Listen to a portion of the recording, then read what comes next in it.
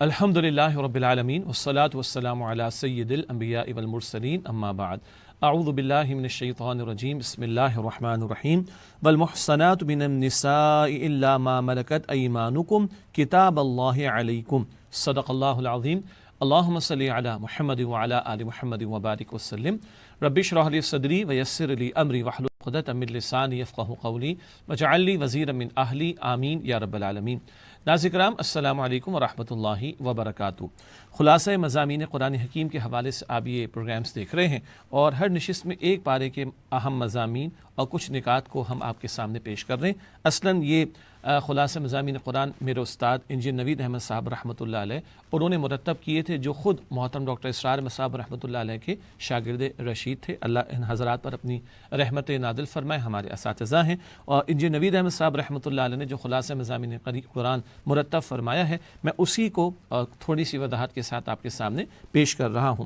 آج ہم 5ویں پارے کا مطالعہ، اس کے مضامین کا مطالعہ کریں گے انشاءاللہ تعالی۔ قرآن حکیم کے 5ویں پارے میں سورہ نساء کے 17 رکوع، یعنی رکوع نمبر 4 سے رکوع نمبر 20 تک یہ رکوع شامل ہیں اور ان کے مضامین کا انشاءاللہ ہم مطالعہ کریں گے۔ سب سے پہلے 5ویں پارے میں رکوع نمبر 4 ہے سورہ نساء، آیات 23 تا 25، محرم خواتین کی فہرست۔ ہم جانتے ہیں وہ خواتین جن سے ایک مرد کا نکاح کبھی نہیں ہو سکتا، محرم خواتین۔ البتہ محرم دو قسم کی خواتین ہیں، ایک وہ محرم خواتین جو ہمیشہ کے لیے محرم، جیسے کہ ماں ہے، بیٹی، جن سے کبھی بھی نکاح نہیں ہو سکتا، یہ ایک فہرست یہاں پر دی گئی۔ کچھ عارضی محرم خواتین ہوتی ہیں۔ کیا مطلب؟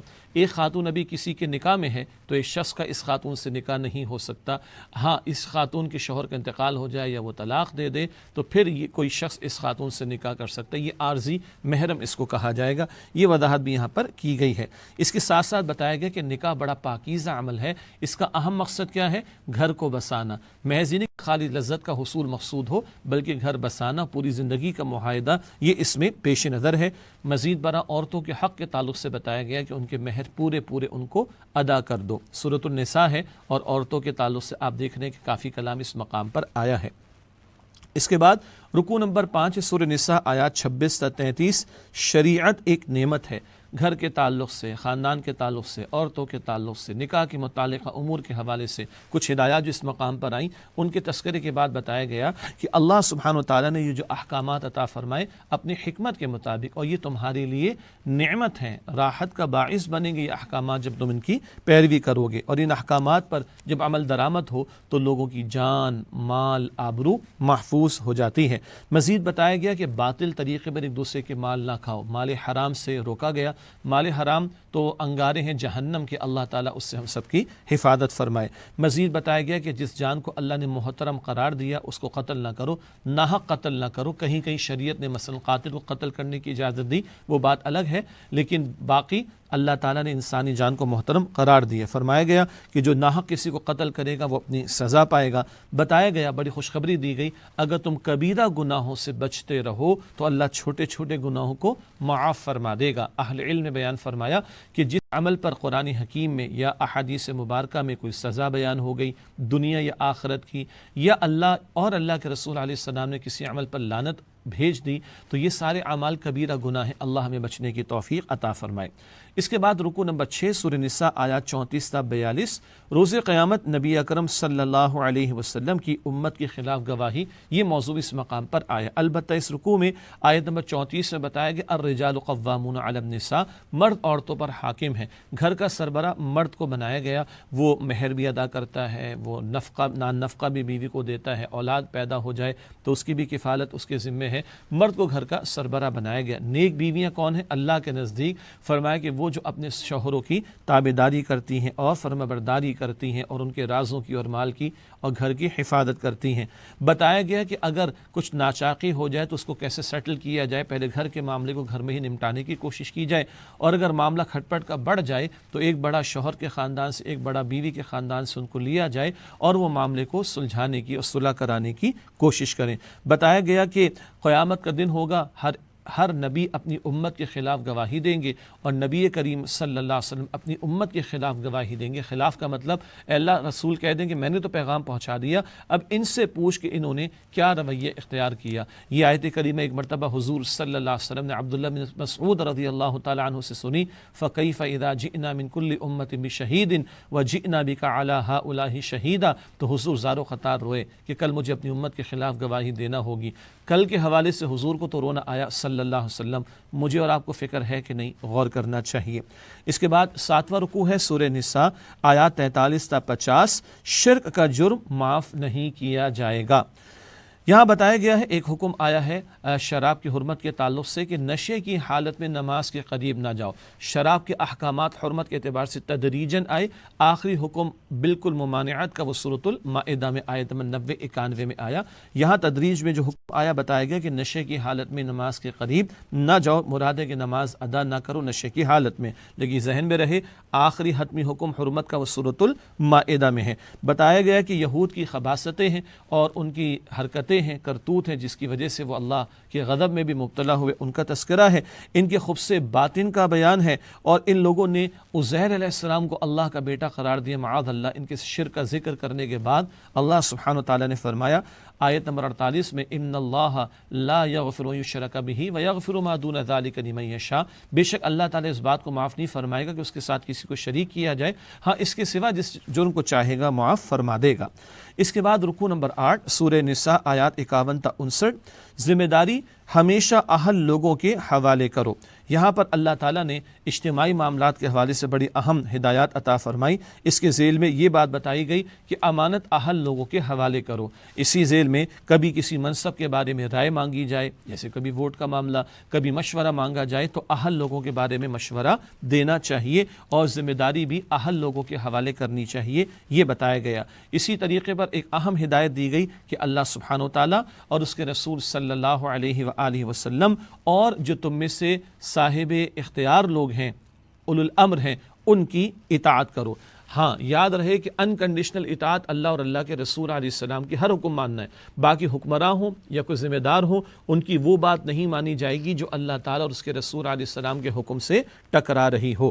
اس کے بعد رکوع نمبر 9 ہے آیات 60 تا 70، اطاعت رسول صلی اللہ علیہ وسلم سے گریز، منافقانہ روش، منافقین کی حرکت کا بیان، اور یہ نبی مکرم علیہ السلام کی اطاعت سے فرار اختیار کرتے تھے، اس کا تذکرہ اس مقام پر تفصیل سے آیا ہے۔ بتایا گیا کہ اللہ تعالیٰ نے جب بھی کسی رسول کو بھیجا تو اس لیے کہ اللہ کے حکم سے اس کی اطاعت کی جائے، اور اللہ تعالیٰ نے نبی مکرم علیہ السلام کے بارے میں آیت نمبر 65 میں بیان فرمایا کہ اللہ کی قسم، اے نبی آپ کے رب کی قسم، یہ کبھی مسلمان، یہ واقعتاً ایمان والے نہیں ہوں گے جب تک کہ اپنے معاملات میں آپ کو حکم یعنی فیصلہ کرنے والا نہ مانے، اور جو حکم آپ عطا فرمائے اس کے سامنے جھکا نہ دیں اپنے آپ کو، اور دل میں کوئی تنگی محسوس نہ کریں۔ بڑے قیمتی انداز میں اللہ تعالیٰ نے اطاعت رسول کی اہمیت کو بیان فرمایا۔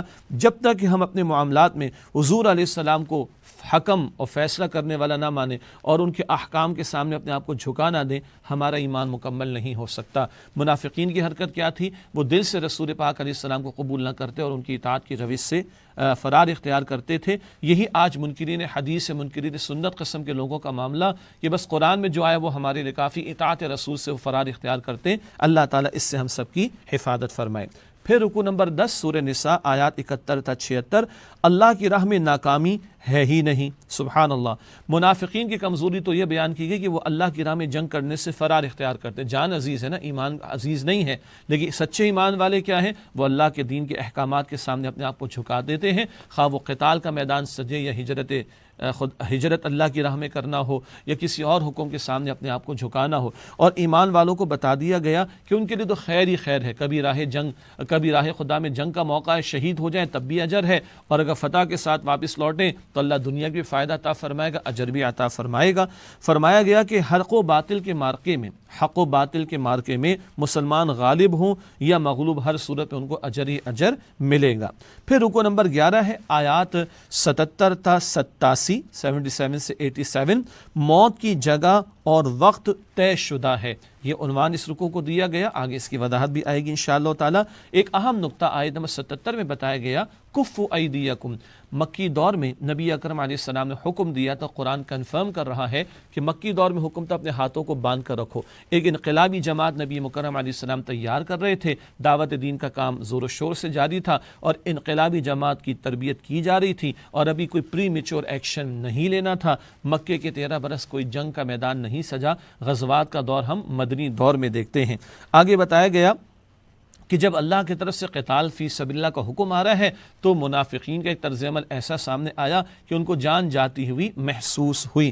وہ لوگوں سے ایسے ڈرنے لگے جیسے کہ اللہ سبحانہ وتعالی سے ڈرنا چاہیے۔ بتایا گیا کہ اینما تکون یدرککم الموت ولو کنتم فی بروج مشیدہ، تم جہاں کہیں بھی ہوگے موت تو تمہیں آ لے گی، چاہے تم مضبوط کیے ہوئے قلعوں کے اندر ہی کیوں نہ ہو۔ تو قتال سے فرار اختیار کر کے تم اپنی موت سے اپنے آپ کو بچا نہیں سکتے۔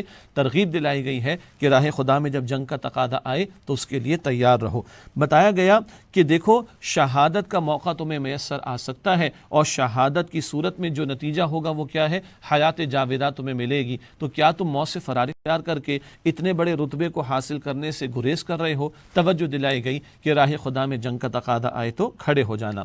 اس کے بعد رکوع نمبر 12 سورہ نساء آیات 88 تا 91، ہجرت سے گریز کرنا منافقت ہے۔ منافقین کے کرتوت بیان ہو رہے ہیں، قتال فی سبیل اللہ سے جی چراتے اور نبی اکرم علیہ السلام کی اطاعت سے فرار اختیار کرتے۔ اب ذکر آ رہا ہے کہ وہ ہجرت فی سبیل اللہ کے لیے تیار نہ ہوتے۔ مختلف قبائل میں جو لوگ آباد تھے انہوں نے اسلام قبول کر لیا تھا، مدینہ شریف کے باہر کی بات ہو رہی ہے۔ اب ان سے کہا جا رہا ہے آؤ مدینہ شریف میں اور مسلمانوں کی جماعت کو مضبوط کرو، لیکن منافقین جو تھے وہ ہجرت سے فرار اختیار کرتے تھے۔ ذکر ہو رہا ہے کہ ان لوگوں کے لیے، یعنی ان منافقین کے لیے گھر بار، جائیداد، کاروبار، رشتہ داروں کو چھوڑنا بڑا بھاری محسوس ہو رہا ہے۔ بتایا گیا اگر یہ منافقین کسی دشمن قبیلے میں ہوں اور ان میں جو ہے وہ کبھی تمہیں اقدام کرنا پڑ جائے یا ان کی طرف سے اقدام اور یہ منافقین ان کا ساتھ دیں، تو پھر ان منافقین کے ساتھ کوئی رعایت نہیں برتی جائے گی جو ہجرت کے لیے تیار نہیں ہوتے۔ بتایا گیا کہ کافروں کی طرح پھر ایسے سازشی عناصر منافقین کو بھی قتل کیا جائے۔ ہاں اگر مسلمانوں کا کسی قوم سے معاہدہ ہے اور ان میں یہ منافقین ہیں تو اس معاہدے کی وجہ سے ان کو پروٹیکشن مل جائے گی، ان منافقین کو پھر قتل نہیں کیا جائے گا۔ رکوع نمبر 13 ہے آیات 92 تا 96، جان بوجھ کر قتل کرنے والے پر پھٹکار۔ اللہ اکبر۔ فرمایا گیا مومن کے لیے ممکن ہی نہیں ہے کہ کسی کو جان بوجھ کر قتل کرے۔ ہاں خطا کے طور پر قتل کا معاملہ ہو جائے تو اس مقام پر اس کی تفصیل بھی آئی ہے کہ خون بہا دینا ہوگا، لیکن جان بوجھ کر تو کوئی مسلمان کسی مسلمان کو قتل نہیں کر سکتا۔ اور اگر کوئی حرکت کر بیٹھا ہے جانتے بوجھتے اس نے کسی کو قتل کیا، اللہ اکبر، تو بڑی سخت بات آئی ہے۔ فرمایا کہ وَمَن يَقْتُلْ مُؤْمِنًا مُتَعَمِّدًا، جس نے جان بوجھ کر کسی مؤمن کو قتل کیا، فَجَزَاؤُهُ جہنم، پس اس کا بدلہ جہنم ہے، خالداً فیہا، وہ ہمیشہ اس میں رہے گا، وغضب اللہ علیہ، اور اس پر اللہ کا غضب ہے، ولعنہ، اور اس پر اللہ کی لعنت ہے، وأعد له عذابا عظیما، اور اللہ نے اس کے لیے بڑا عظیم عذاب تیار کر رکھا ہے۔ یہ ہے وہ بات کہ جو احترام انسانیت کے تعلق سے دین بتاتا ہے۔ ایک مسلمان کا قتل اتنی عظیم بات آ رہی ہے اور اتنی بڑی سخت سزائیں اس کے لیے بیان ہو رہی ہیں۔ اس کے بعد رکوع نمبر 14 ہے سورہ نساء آیات 97 تا 100، ہجرت نہ کرنے والوں کی حسرت ناک موت۔ بتایا گیا کہ جو ہجرت نہیں کر رہا آج راہ خدا میں، وہ کل حسرت ناک موت ان کا معاملہ اس کا کیا جائے گا۔ فرشتے آئیں گے ان کی جان نکالنے کے لیے، کہیں گے تو کس حال میں تھے؟ تو وہ کہیں گے ہم تو مغلوب تھے۔ فرشتے کہیں گے اللہ کی زمین وسیع تھی، ہجرت کر جاتے۔ ایسی حسرت ناک ان کی موت کا معاملہ ہوگا۔ اور بتایا گیا جو راہ خدا میں ہجرت میں نکل پڑے ویسے ہی اس کا انتقال ہو جائے یا اللہ کی راہ میں قتل کر دیا جائے تو اللہ تعالیٰ کے ہاں بہترین اجر اس کے لیے تیار ہے۔ ایک حدیث شریف میں ذکر آتا ہے جو ہجرت کرے راہ خدا میں تو پچھلے تمام اس کے گناہ معاف کر دیے جاتے ہیں۔ صحیح مسلم شریف کی یہ روایت ہے۔ پھر رکوع نمبر 15 آیات 101 تا 104، انتہائی خوف کے وقت بھی نماز معاف نہیں۔ اس مقام پر ایک تو سفر کی حالت میں قصر نماز کی اجازت عطا کی گئی. نماز قصر سے ہم واقف ہیں کہ 4 فرض کی جگہ 2 فرض ادا کیے جاتے ہیں، تو سفر کی حالت میں سہولت عطا کر دینے کا بیان. اور اگر دشمن کا خوف ہو اور بڑا مشکل ہو نماز ادا کرنا تو جیسے بن پڑے نماز ادا کی جائے. اس کو صلاۃ الخوف بھی کہا گیا، اور اس کی خاص شکل بھی اس مقام پر عہد نبوی کے تعلق سے کہ ہر صحابی نبی پاک علیہ السلام کی امامت میں نماز ادا کرنے کا شوق رکھتے تھے، تو ایک خاص شکل بھی اس کی صلاۃ الخوف کی یہاں پر بیان کی گئی. البتہ جب حالات عموم کے اعتبار سے ہوں، امن والے ہوں، تو فرمایا کہ ان الصلاۃ کانت علی المؤمنین کتابا موقوتا، بلا شبہ نماز اہل ایمان پر مقررہ اوقات میں فرض کی گئی ہے. تو اب حالات پر امن ہے تو پورے آداب کے ساتھ نماز ادا کی جائے اور نماز مقررہ اوقات میں ادا کی جائے. اللہ مجھے اور آپ کو تمام نمازوں کو پابندی سے باجماعت وقت پر تمام آداب کے ساتھ حفاظت ان کی کرتے ہوئے ادا کرنے کی توفیق عطا فرمائے. اس کے بعد رکوع نمبر 16 سورہ نساء کی آیات 105 تا 112. عدل کرو خواہ دشمن کو فائدہ پہنچے. بڑا عجیب حکم ہے ہمارے دین کا. عدل کی بات کرتے ہمارا دین. عدل کی بات کرنے کو کہا گیا کہ مسلمانوں کو تلقین ہے کہ وہ ہمیشہ عدل کی بات کریں، عدل قائم کرنے کی کوشش کریں، اور اپنے لوگوں میں سے زیادتی کرنے والوں کی حمایت نہ کریں. بات عدل کی کریں. اگر اپنوں نے بھی کسی کے ساتھ زیادتی کی ہے تو اس کو کنڈیم کیا جائے کہ یہ طرز عمل غلط ہے، اور عدل کی بات کی جائے چاہے اپنے ماں باپ، اپنی ذات، اپنے ماں باپ، اپنے رشتہ داروں ہی کے خلاف بات کیوں نہ جا رہی ہو. یہ اصول پسند دین ہے ہمارا، اور وہ عدل کی تعلیم ہمیں دے رہا ہے. یہاں تک کہا چاہے عدل کی بات کا دشمن کو فائدہ ہو جائے، بات تو صحیح ہے، اس کو فائدہ ہو جائے، چاہے ہو جائے، لیکن تم عدل کی بات کرنا. پھر رکوع نمبر 17 آیات 113 تا 115. اجماع امت کی اہمیت. پس منظر میں ایک واقعہ ہے، اور اس واقعے میں ایک منافق و یہود کا جھگڑا ہو گیا تھا، ایک مسئلہ ہو گیا تھا، اور نبی پاک علیہ السلام نے بہرحال اللہ کی وحی کے مطابق یہودی کے حق میں فیصلہ دیا، کیونکہ وہی حقدار تھا فیصلے کا. اور وہ منافق وہ اعراض کر گیا اور نبی اکرم علیہ السلام کی اطاعت سے نکل گیا. ایسے تعلق سے بتایا گیا کہ پھر اس کے لیے جہنم کا معاملہ. اور اس ضمن میں یہ بتایا گیا کہ جو اہل ایمان کے راستے کو چھوڑ دے تو پھر اس کے لیے جہنم کا معاملہ. یہاں سے اہل علم نے، امام شافعی رحمۃ اللہ علیہ اور دیگر اسلاف نے بتایا کہ اجماع امت کی دلیل ہے. امت جن باتوں پر متفق ہو جائے، اس کا اجماع ہو جائے، اس راہ کو چھوڑنا یہ گمراہی ہے، اور ایسا طرز عمل اختیار کرنے والے وہ جہنم میں ڈالے جائیں گے. اللہم اجرنا من النار، اے اللہ ہمیں جہنم کی آگ سے محفوظ فرما. پھر رکوع نمبر 18 سورہ نساء آیات 116 تا 126. شرک کرنے والے شیطان کی پیروی کر رہے ہیں. یہاں بتایا گیا کہ اللہ تعالیٰ شرک کو بالکل معاف نہیں فرمائے گا، اس کے سوا جس گناہ کو چاہے گا معاف فرما دے گا. ہاں ایک نقطہ ذہن میں رہے، کوئی سچی پکی توبہ کر لے تو اللہ کفر اور شرک کو بھی معاف فرما دے گا. توبہ کے بغیر شرک کا جرم معاف نہیں ہوتا. بتایا گیا کہ شرک کرنے والے شیطان کی پیروی کر رہے. شیطان نے تو مکروہ عزائم کا ذکر کیا تھا، وہ لوگوں کو بہکانے کی کوشش کرے گا، راہ خدا سے روکنے کی کوشش کرے گا، اور اکثریت کو گمراہ کرنے کی کوششیں کرتا رہے گا. بتا دیا گیا مسلمانوں کو اور واضح کر دیا گیا سب کو، تمہاری خواہشات سے کچھ نہیں ہوگا، چاہنے سے کچھ نہیں ملتا، بلکہ من یعمل سوءا یجزا بہ، جو برا عمل کرے گا وہ اس کی سزا پائے گا، اور مراد جو نیک عمل کرے گا اس کا اچھا بدلہ پائے گا. تمناؤں سے جنت نہیں ملتی، محنت کرنا ہوگی، ایمان کے تقاضوں پر عمل کرنا ہوگا. پھر رکوع نمبر 19 سورہ نساء آیات 127 تا 134. خواتین اور یتیموں کے ساتھ حسن سلوک کرو. بار بار یہ حقوق العباد میں سے خواتین، یتامہ، بچے، ان کے تعلق سے رہنمائی عطا کی جا رہی ہے. فرمایا گیا خواتین اور یتیموں کے ساتھ حسن سلوک کرو. خاص طور پر شوہروں کو تعلیم دی گئی کہ اپنی بیویوں کے حقوق ادا کرو.